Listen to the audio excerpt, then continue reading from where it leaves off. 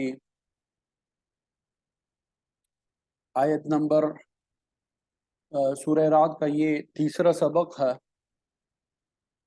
اور اس میں ہم نے آیت نمبر 15 سے لے کے آیت نمبر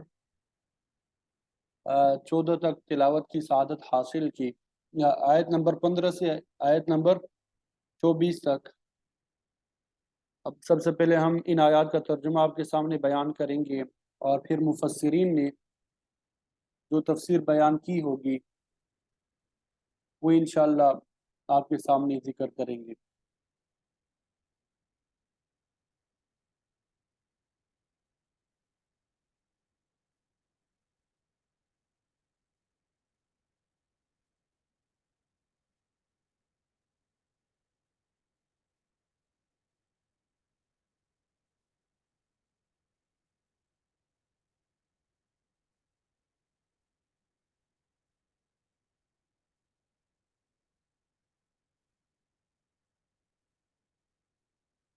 جی، یہ نظر آ رہا ہے سب کو؟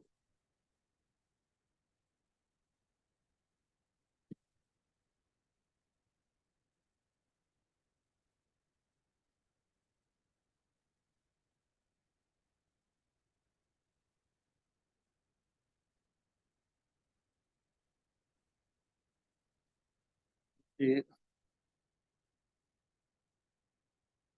وَلِلَّهِ، اور اللہ ہی کے لیے،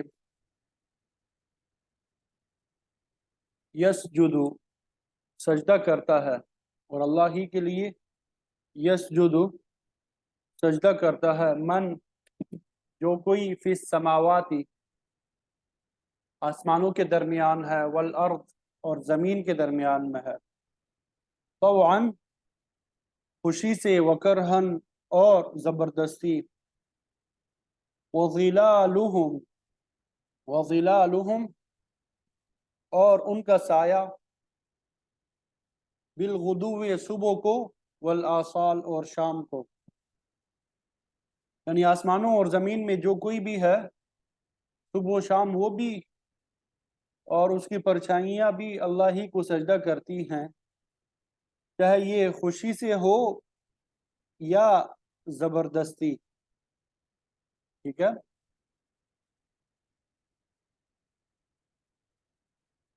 قل، آپ کہہ دیجئے، من، کون ہے، رب السماوات والارض، کون ہے رب السماوات والارض، آسمانوں اور زمین کا رب۔ قل، آپ کہہ دیجئے، اللہ، اللہ تعالی ہے۔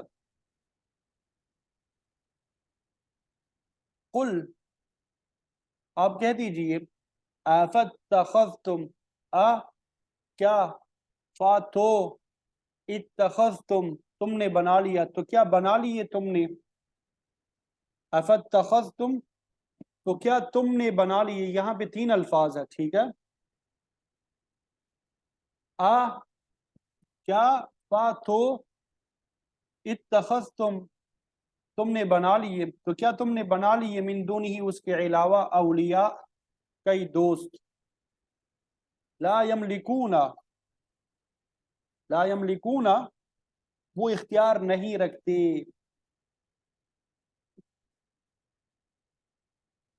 انہیں قدرت حاصل نہیں ہے، وہ مالک نہیں ہے، لِأَنفُسِهِمْ، اپنی جانوں کے لیے، نفعاً، نفع کا، ولا ضرع، اور نہ ہی نقصان۔ آپ فرما دیجئے، تو کیا تم نے اسے چھوڑ کر ایسے دوست بنا رکھے ہیں جو خود اپنی ذات کی نفع اور نقصان کے مالک نہیں ہے؟ قل، آپ کہہ دیجئے، هل يستوي الأعمى والبصير، کیا برابر ہو سکتے ہیں نابینا، والبصیر، اور بینا، ام، یا، هل تستوی، کیا برابر ہو سکتی ہیں، الظلمات، اندھیریں، والنور، اور روشنی، ام، یا، جعلوا، انہوں نے بنا لیے، للہ، اللہ کے لیے، شرکا، کئی شریک، خلقو،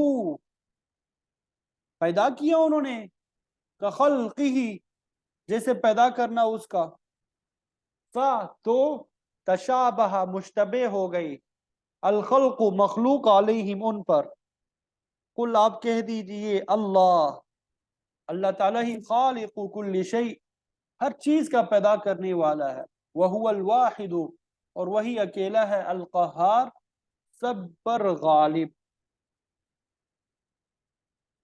دوبارہ اس آیت کا ترجمہ کرتے ہیں. قل من رب السماوات والارض قل اللہ اے پیغمبر ان کافروں سے آپ کہیے کہ وہ کون ہے جو آسمانوں اور زمین کی پرورش کرتا ہے. آسمانوں اور زمین کا رب کون ہے؟ کہو کہ وہ اللہ ہے. قل افاتخذتم من دونه اولیاء لا یملکون لانفسهم نفعا ولا ضرا کیا پھر بھی تم نے اس کو چھوڑ کر ایسے کارساز بنا لیے جنہیں خود اپنے آپ کو بھی نہ کوئی فائدہ پہنچانے کی قدرت حاصل ہے اور نہ نقصان پہنچانے کی. قل آپ کہہ دیجئے کہ کیا اندھا اور دیکھنے والا برابر ہو سکتا ہے یا کیا اندھیریاں اور روشنی ایک جیسے ہو سکتی ہے یا ان لوگوں نے اللہ کے ایسے شریک مانے ہوئے ہیں جنہوں نے کوئی چیز اسی طرح پیدا کی ہو جیسے اللہ پیدا کرتا ہے اور اس وجہ سے ان کو دونوں کی تخلیق ایک جیسے معلوم ہو رہی ہو. اگر کوئی اس غلط فہمی میں مبتلا ہے اس سے کہہ دو کہ صرف اللہ ہی ہر چیز کا خالق ہے اور وہ تنہا ہی ایسا ہے کہ وہ سب پہ غالب ہے. انزلہ اس نے اتارا من السماء آسمان سے ماء پانی فسالت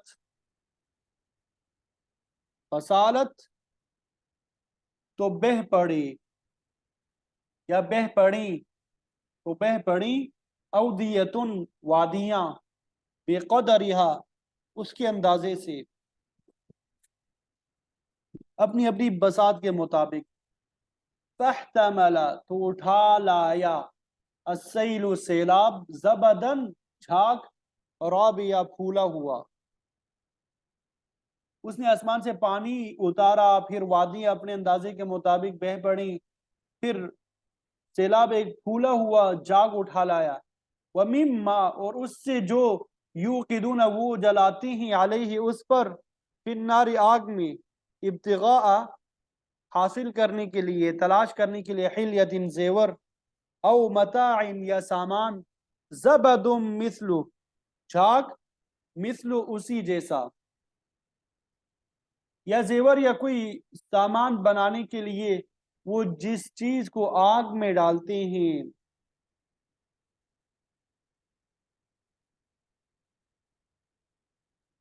تو اس پر بھی اسی طرح جاگ آ جاتا ہے.